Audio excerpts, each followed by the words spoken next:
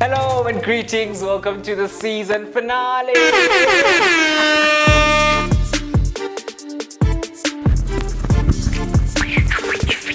But I just happened to be alone, guys. This was an open invitation and nobody showed up.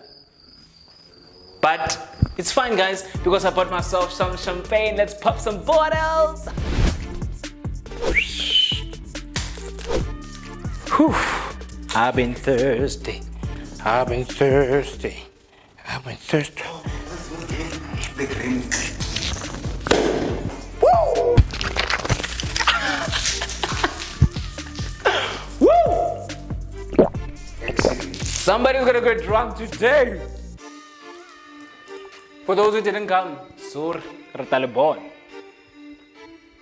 Phew, guys, but once we go black, there's no going back. We're back at it again. I'm super excited for this one. And you saw good at the beginning, guys, because popular my champagnes, and at this moment in time, I'm feeling good here. After popping the champagne, I need to do the right thing and just, drink, because I am thirsty as F, Whew. 2022. It's been a blissful one. Okay, the treatment of the show. Yeah. Shucks, the treatment of the show.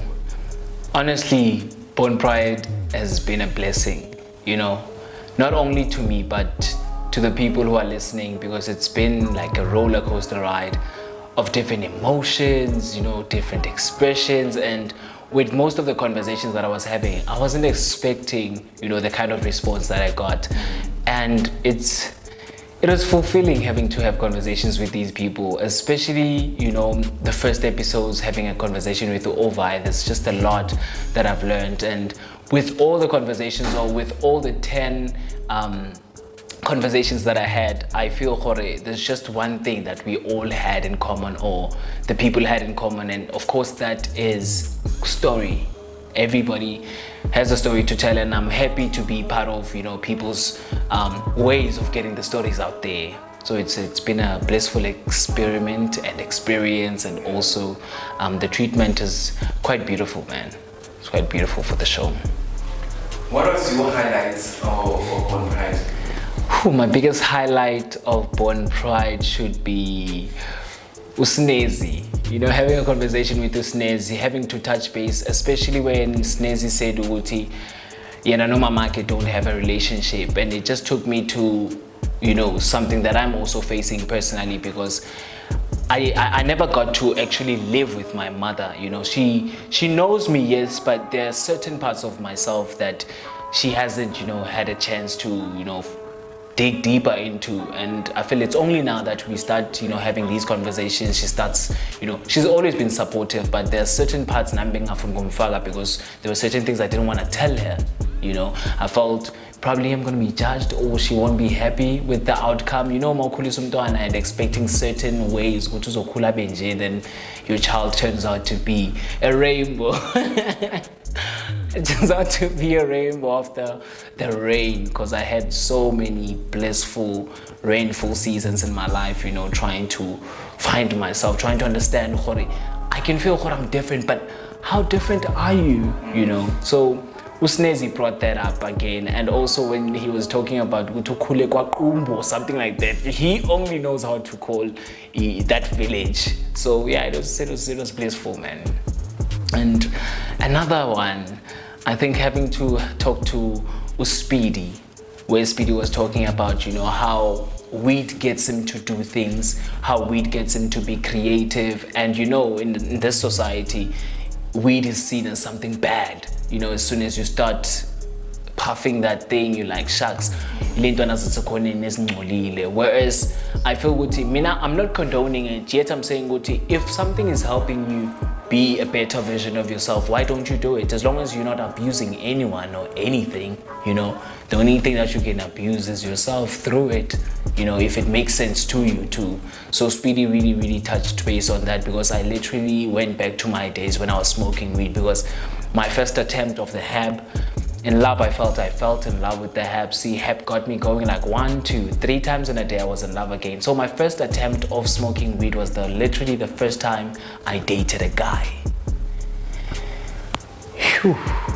It was the first time I dated a dude, and it felt right. You know, even smoking weed after hearing Guti Nsangwe, it's something wrong, but it literally felt right. And obviously I'm not with that person, but I'm glad Guti I was able to go through that, you know, experience and also that part of my life with him. And yeah, truly acknowledge that moment and all the moments that he had created, because I'm here today. Yeah. So how are you planning on closing off the season finale of the Born Pride? Sure. Closing off the season finale. I don't really know, because I'm a person of the universe. Now, I don't like speaking about izinto kakhulu. I just want things to naturally happen the way they want to happen. Because obviously, even with Born Pride being, you know, Born Pride, I didn't plan it. It literally came as a dream, you know, and the name came. And I remember people asking me, why Born Pride?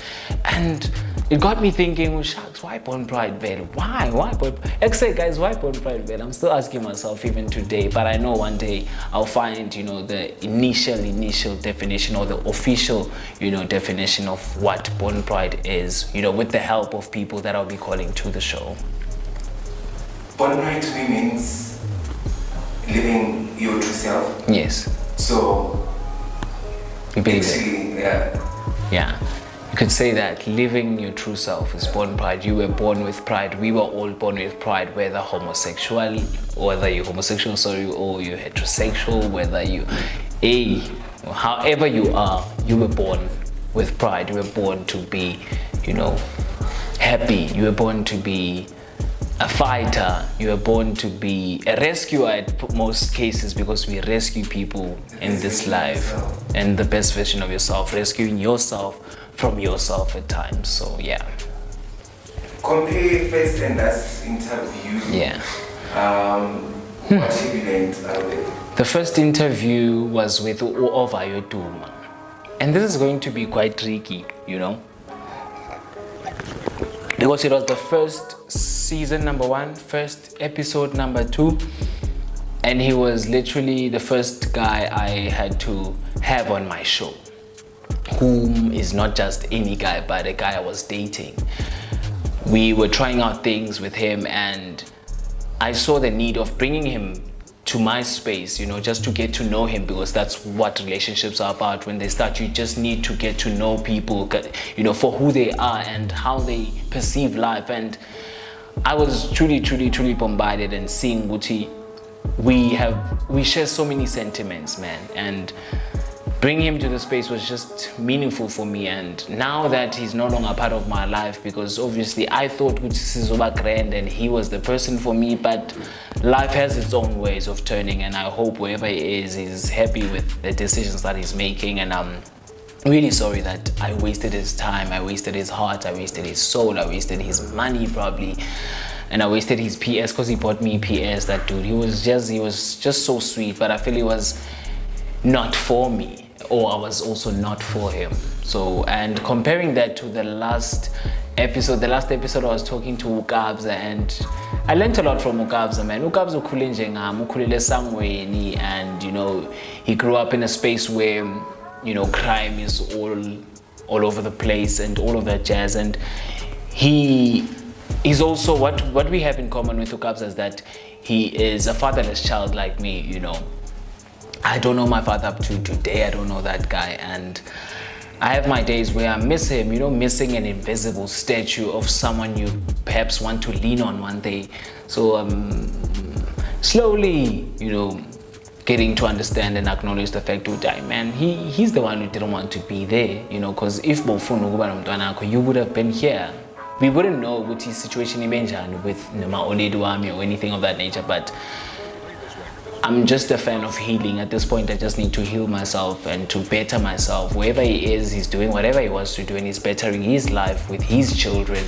And probably I'm figuring a kind of like, so Nami, I think I'm going to release done with that guy. So yeah. That's how I'd compare the first and last one. Are you planning on writing a memoir about Born Pride and the whole highlights? Yeah. Okay, what I had in store was, with all the people that I've invited to the show, I want to have another, face-to-face contact kind of vibe going on. Maybe call all of them in one space and we have probably the same conversations that we had, just to get to know each other, because I know for a fact the first guy was able to watch the other episodes, so I want them to also get to know each other, because I'm mixed, because people are asking me, Guti, what's the show really about? Are you calling homosexual people or are you calling heterosexual people? What's the show about?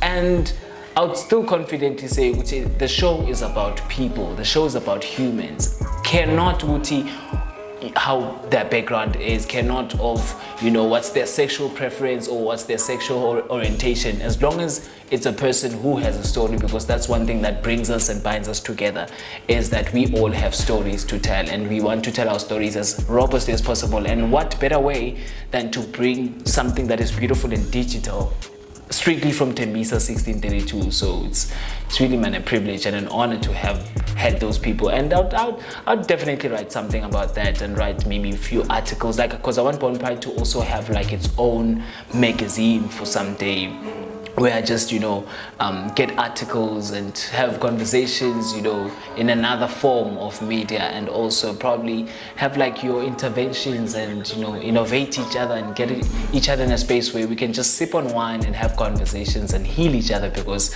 it all starts with healing. It's word from word, it's healing. From healing, then you'll be sorted out. So yeah, basically that's all of that. And what people can expect on the second season, because wow, guys, so the second season is fully black, is fully getting to understand that, because I once heard from a friend of mine, Guti, black is created by mixing all colors, so all these colors that you see here form black. And so I just want you guys to get a deep insight of who I am, because a lot of people have ideas of who they think I am, and that's just not it. I'm the only one who holds the answers to that. So I just want people to have a conversation and be able to, see my life and how I do things, and spaces, because the mandate of this is to visit spaces that made me, spaces and people that made me the person that I am becoming, not the person that I have become, because I'm still becoming. This is an ongoing process. I can never say or sit here and say I have become. That means I'm done, So I just want that. That's initially what I want to pursue at this present moment in time. Just people to know who I am. Born Pride accommodates everyone. Yes. And also wording is important while editing, right? You need to know how we pronounce either a trans man or trans woman. Yes. Because we really need to learn.